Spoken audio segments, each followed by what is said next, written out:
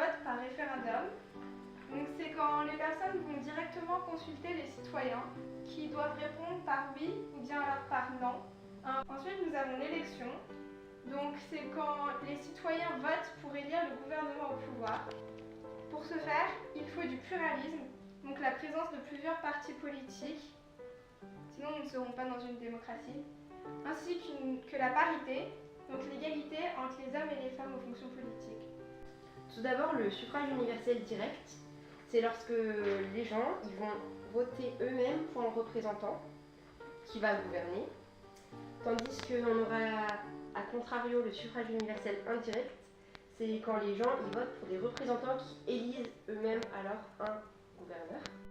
Pour les élections présidentielles, législatives, municipales, départementales, régionales et européennes, on aura un suffrage universel direct.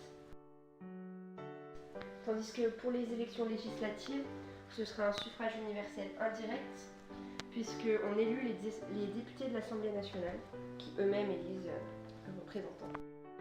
L'élection se déroule dans un bureau de vote, installé par exemple dans les mairies ou les écoles partout en France.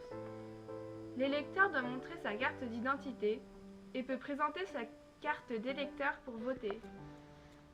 L'électeur prend les bulletins de vote avec le nom du candidat ainsi qu'une enveloppe. L'électeur se rend dans l'isoloir pour mettre dans l'enveloppe le bulletin du candidat qu'il a choisi. Le vote est alors secret.